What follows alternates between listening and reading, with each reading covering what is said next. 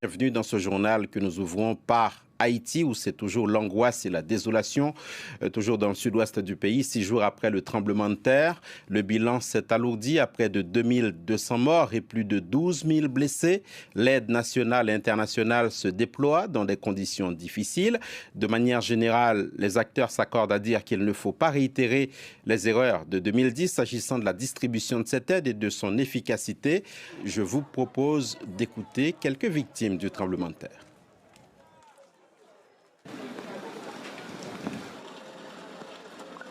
Estaba oliendo el odor del muerto. Nadie quiere morir en esta situación. Ta kabanti ça nous te fait écraser. Quand moi écraser, quand moi fait les net.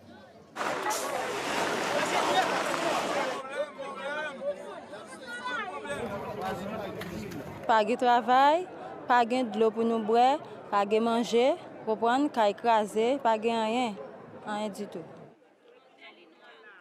Je suis écrasé, quand il a eu, a fait des fois, je fais la terre, je suis 8 mois depuis l'infirmité, puis je suis je ne sais pas comment c'est Haïti, petit. Bon, ça va continuer à chanter, voilà.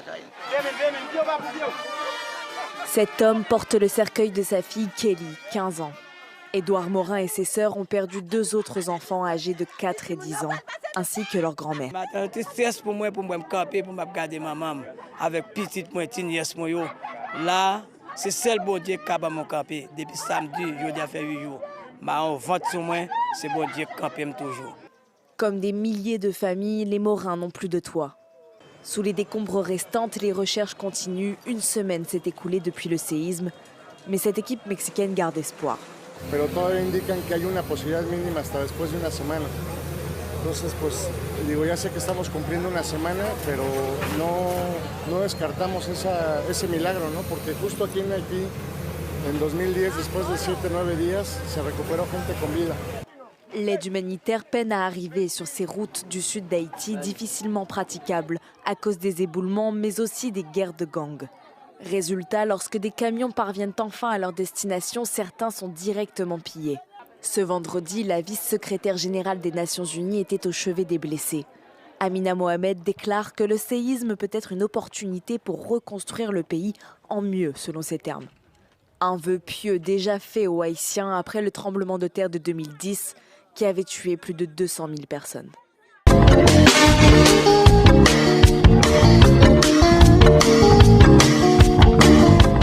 Des inondations catastrophiques ont touché l'État du Tennessee. Elles ont fait au moins 21 morts et des dizaines de personnes sont toujours portées disparues. Des inondations historiques, des inondations causées par des pluies historiques. Entre 22 et 43 cm de pluie sont tombés en seulement 6 heures samedi matin dans le comté de Waverly, donc dans l'État du Tennessee. Les eaux sont montées si vite que les habitants n'ont pas eu le temps de se mettre à l'abri. Mathieu Rio. La campagne de Waverly n'est plus qu'un tapis de boue, jonché de débris.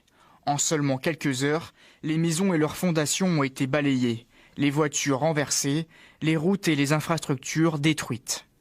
Ici, certains habitants n'hésitent pas à comparer la violence de l'inondation à une tornade ou à un raz-de-marée. Juste ici, ça, c'était le début de notre maison. Ce samedi, entre 22 et 43 cm sont tombés en 6 heures, faisant sortir la rivière du Tennessee de son lit. Une déferlante de pluie qualifiée d'historique par les services météorologiques locaux. La ville de Waverly, bordée par les ruisseaux, a été particulièrement touchée. L'établissement de ce restaurateur a été entièrement détruit. C'est une perte totale. Nous avions 1,80 m d'eau à l'intérieur du restaurant. Tout l'équipement, tout a été détruit, renversé, emporté. Nous avons du matériel appartenant à d'autres entreprises qui ont atterri chez nous. Les vitres sont brisées et il n'y a rien de récupérable. 2 jours après la catastrophe, les autorités comptent les morts. Et les équipes de secours recherchent encore des dizaines de personnes portées disparues. Dans cette maison, le chien comme ses maîtres sont stoïques.